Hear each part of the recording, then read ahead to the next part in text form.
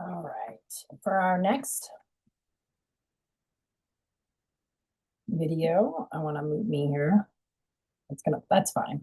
We're gonna talk about using the select subject, select sky, and background masks. So the image we're gonna be working off of here is number 69, the image of this girl by the tree. So the first thing that we're going to do is select the background. So we're going to go back to our selection tools and choose the background. Once it detects the background, it's automatically going to build a mask. So we're going to follow the exposure suggestions as we did in the last one. Mine is taking a minute here to do it. So with the background selected, we're going to make the following changes to make it look a little bit more subdued. So the background is a little bit overexposed. I personally I would think about leaving the exposure as is on this front piece of concrete, but in the book, they do it all. So let's just do it all together. So exposure slider needs to go to minus 1.58. Contrast is going to go to 35. Highlights minus 39. So you'll see I find it a lot easier just to type it than try to move the slider to a specific place. Shadows we leave alone, and whites we do to minus 16. That looks pretty good. She looks more balanced with the background for sure. It looks like part of the selection here, is that just lighter? So you can always add to a mask. So I'm deviating from the book a little bit here. I can't tell if it missed it or if that's just the exposure. So I'm going to select the mask and then choose add. I'm just going to use a brush here. And then I'm going to make the brush small. I'm reducing the size by using the left bracket on my keyboard. I'm painting over that. So it looks like that's actually just, my computer seems to be going a little slow. Oh yeah. Oh, it's getting, okay, so I want to subtract brush. I'm subtracting from the mask. My computer's wigging out, guys. Is this getting darker as I paint over it?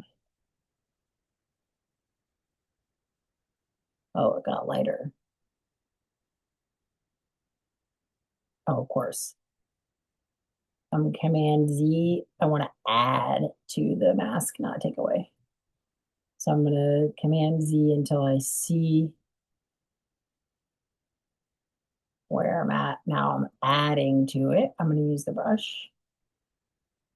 And as I paint here, it should get darker. Yeah, I think that looks a little better. My computer's lagging now. Okay, so the next step in the books, I added that step.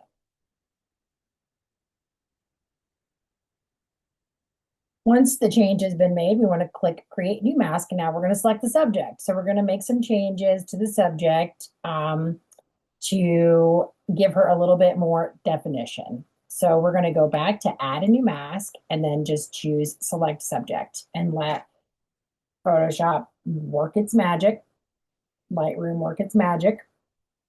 So what we're going to do here is we're going to adjust the temp down in the color temperature to minus 20. So he wants to cool her down.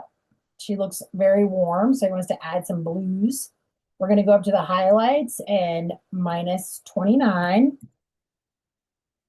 And we're going to adjust texture. So a lot of times texture comes into play when you're dealing with skin to create a glow or to create more contrast or definition.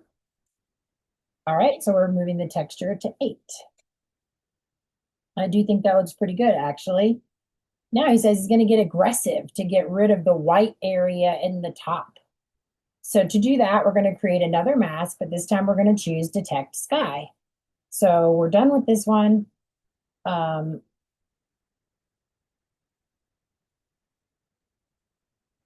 this is funny. There, I just had to click, my masks disappeared, so I just had to kind of click outside of this adjustment area and it came back. So I'm going to choose the plus and select sky. It's going to be detecting that. We're going to decrease the exposure once it gets there. Okay, it detected some sky. I can see that it popped up here. Decrease the exposure by quite a bit, minus 3.33. Let's see what we think of that. All right, I'm okay with that. Increase the contrast to 100. Interesting. Decrease the highlights and the shadows to minus 100. So we're just completely removing all of the contrast. All right, what do you guys think? I'm okay with that. And let's decrease the blacks to -6. Okay. Now we'll do the before and after view using the Y key. Wow. I think it's a big improvement. I agree with it. So that looks good to me. And that would be the end of the adjustments on that one. I'm going to do these in short videos.